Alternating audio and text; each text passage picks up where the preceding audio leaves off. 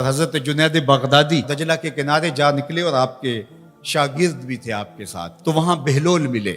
بہلول ایک مجذوب تھے، تو کہا کہ چلیے ان سے زیادہ بات کرتے ہیں۔ تو شاگردوں نے کہا یہ تو ایک دیوانہ شخص ہے اور آپ اس سے کیا ملیں گے، آپ اتنے پڑھے لکھے عالم اور اتنے بڑے فقیہ اور صوفی، اور ایک دیوانے شخص سے آپ ملیں گے؟ دنیا اس کو دیوانہ کہتی تھی، بہلول دیوانہ۔ لیکن سادی بولے کہ سادیا نزدیک رائے عاشقاں، خلق مجنو نندو مجنو عاقل است، کا اصل تو عاقل یہ لوگ ہیں۔ تو خیر حضرت جنید بغدادی گئے اور بہلول کو سلام کیا، کہا کہ آپ کون ہیں؟ تو کہا میں جنید بغدادی ہوں۔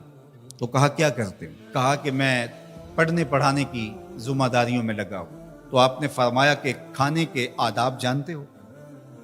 کہا کہ ہاں، ہاتھ دھوئے جائیں، بسم اللہ شریف پڑھی جائے، چھوٹا لقمہ لیا جائے اور چبا چبا کے کھایا جائے اور اس کے بعد الحمدللہ کہا جائے۔ تو بہلول کہنے لگا کہ میں تو آپ کو بہت بڑا عالم سمجھتا تھا، آپ تو کھانے کے ادب کو بھی نہیں جانتے، اور اپنا کپڑا اٹھایا، جھاڑا اور ایک جانب چل دیے۔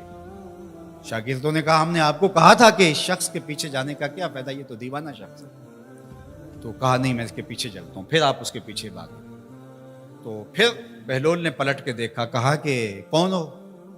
کہا کہ میں جنید ہوں، آپ کو ملنے آیا ہوں۔